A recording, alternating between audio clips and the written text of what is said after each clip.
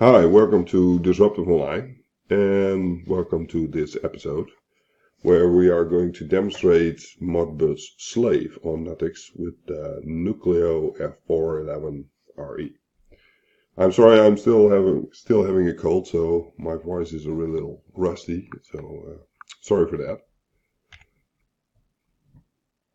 So first we have here our Modbus. Let's do this. Clear.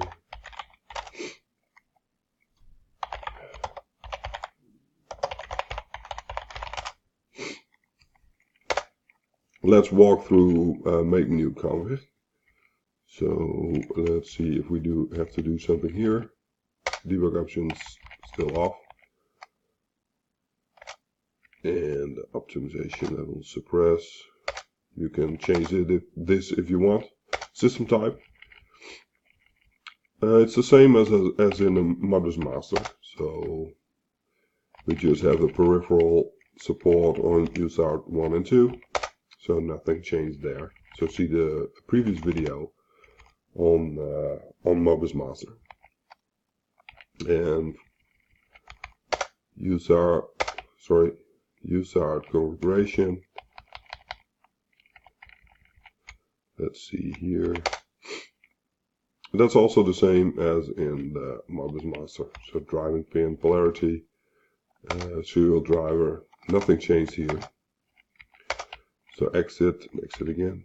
Board selection, we don't have to change anything there. Artist features, we have our artist hook, same as in master Modbus. So it will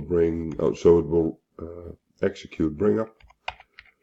And let's see further device drivers. We have our serial driver support, and it's also the same. So 9600 baud rate, and we have no parity, and we don't use stub bits. The RTS is on.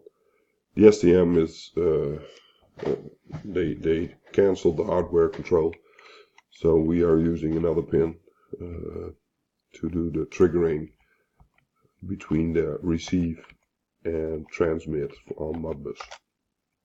I showed you that in the Modbus master video. Let's see. Then we are going to application configuration. We go to free Modbus, and then we are selecting Modbus Slave support through Modbus RTU, and we are enabling all these function calls. Then we go to example,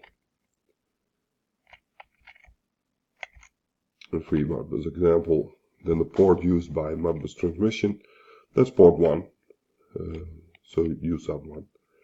The baud rate the same, parity the same, input registers start address 10, number of input registers 4, and you can change that and some other values. Then we have holding register start address 2, and number of holding registers 4. You can change these values, and I will show you what you can do with that. But for now, this is good. And then when everything is changed, you exit and you save and exit again. Then you make your config and Nuttx bin, and we are going to flash that into our board. And there it is. So let's see in code. In the Modbus main, in examples, in apps, you see here hard-coded slave ID, slave address. So if you want to change that, or you have to make another config in kconfig, or just know this is 10 in your slave address. So when you talk to it, you have to address the address 10, so know where it's coming from. It's hard-coded, So you can change that in the code if you want. So let's see. We are resetting our nucleo. And now I'm going to show you something different, because maybe you don't know this. For testing my Modbus, and let's do something like this. Yes. For testing our Modbus, here you see the signal viewer, and here you see the communication between an intensive box and it's talking Modbus like as a Modbus master. I'm sorry. So it is telling and searching the holding registers on slave address 10.0a, and you can parse these kind of messages. Let me show you that.